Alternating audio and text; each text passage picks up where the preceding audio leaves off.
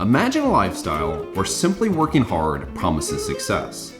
Now, it will be at the cost of your relationship with your friends, family, and of course your health, but hey, you get to be successful. This is called hustle culture, and you are most likely living it whether you notice it or not. Hustle culture encourages hard work in the pursuit of success. Number one priority is work. If you decide to take a break, well, you should be working. And sleep? Better forget about that. Hustle culture, just like many other vices, is extremely addicting, and I was absolutely hooked because I was actually achieving the dreams that I was chasing. But the burnout that followed is what taught me the lessons we will discuss today. These are my 5 greatest lessons from hustle culture and why I am actually deciding to do it again, just this time different.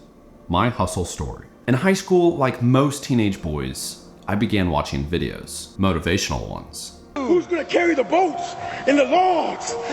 And I was hooked. When I was 18, I began working at a large bank in Austin, Texas, and I quickly came to the conclusion that success equals money. So I began working 40 plus hours a week, and I even decided to get a second job to be able to have more money and to make me feel like I was working hard enough. And did I mention that I was actually going to school full time? By the time I was 20, I realized that no matter what, I will always work harder and make less than the people above me. So I needed to learn how to make money work for itself. And once again, I was hooked. And at the age of 22, I had just hit $70,000 invested into the stock market, $10,000 shy away from my $100,000 net worth goal. And I was about to get a promotion. I was achieving success. Except I was not only about to deny the promotion, but I was going to quit my job. And for the money itself, well, we'll talk about that in just a moment. This is where we begin the 5 lessons. Lesson 1, hard work does not equal success. Growing up, I would hear things like, growing up, I already had a house, 2 cars, 3 kids, 2 kidneys, all because I worked hard and I was successful in my career. You want to see these calluses? But in all seriousness, growing up, this is really what it is that we are told. In high school, all you hear is if you work hard and get good grades, you'll get to go to a good school. Then in college, you hear if you work hard and get good grades, you'll get a good job. Then you get a good job, whatever that means, and you hear if you work hard enough and produce, you will get a good raise. And after my first year working as hard as I possibly could, I did get a raise of 10 cents. This showed me that while hard work is a key component to success, if I do not begin working smarter, then I will always be subject to someone above me dangling the carrot in front of my face. Lesson number 2, hustling works when there is a direction.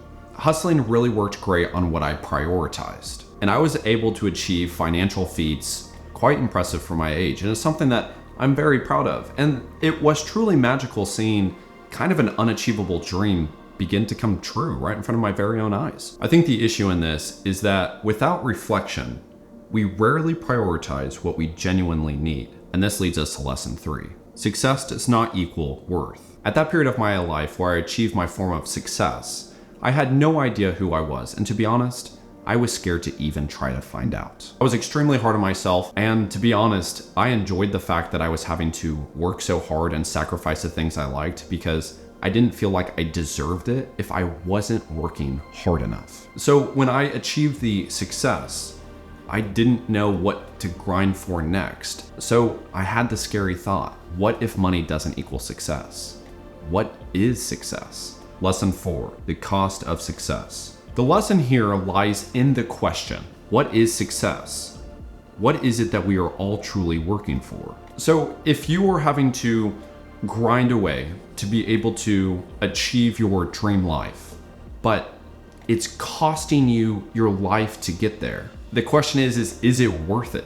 What is the cost of success? For where we are in the story, I have not yet experienced enough pain to be able to find the answer. So I'm gonna leave this lesson here with you guys. What is success for you? My burnout story. Very shortly after I experienced the height of my net worth, I experienced an immense loss in my life, which shortly after followed with 3 months of severe anxiety. I had completely isolated myself from everybody. No longer working out, no social media, barely ate. I lost about 30 pounds in 3 months. I could barely watch TV. I couldn't really do anything. I had to be completely by myself just to work on the anxiety. And I would have spent every dollar I had to feel normal again. And throughout the process, I learned that anxiety is not the enemy. However, it's a guide to showing you what it is that you are not facing. And during that period of isolation and overall quietness from the world, that's where I discovered who it is that I am, or at least a thought of who it is that I am, and that I am worth fighting for. I had to learn how to love myself, how to listen to myself, to understand myself, to be with myself.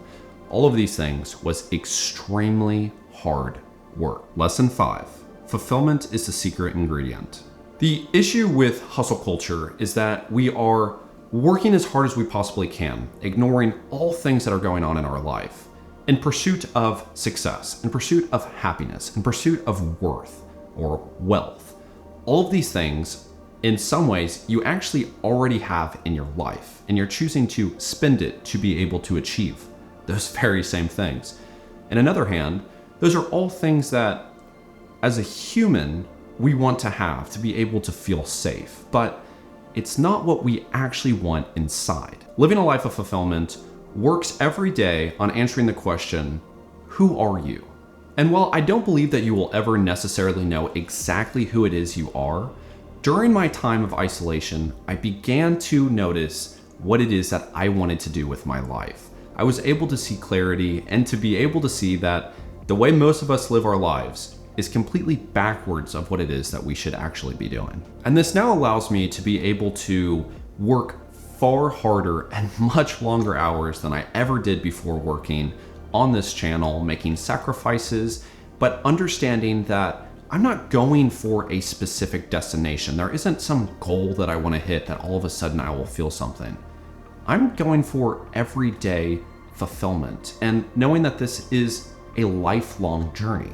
And while I am making sacrifices and working harder than I ever have before, I am also spending 2 hours every single day swimming, and I'm getting to journal and doing meditation, working out, seeing my friends at least once a week, going out and seeing movies, cooking wonderful meals with my girlfriend every day, getting closer with my family.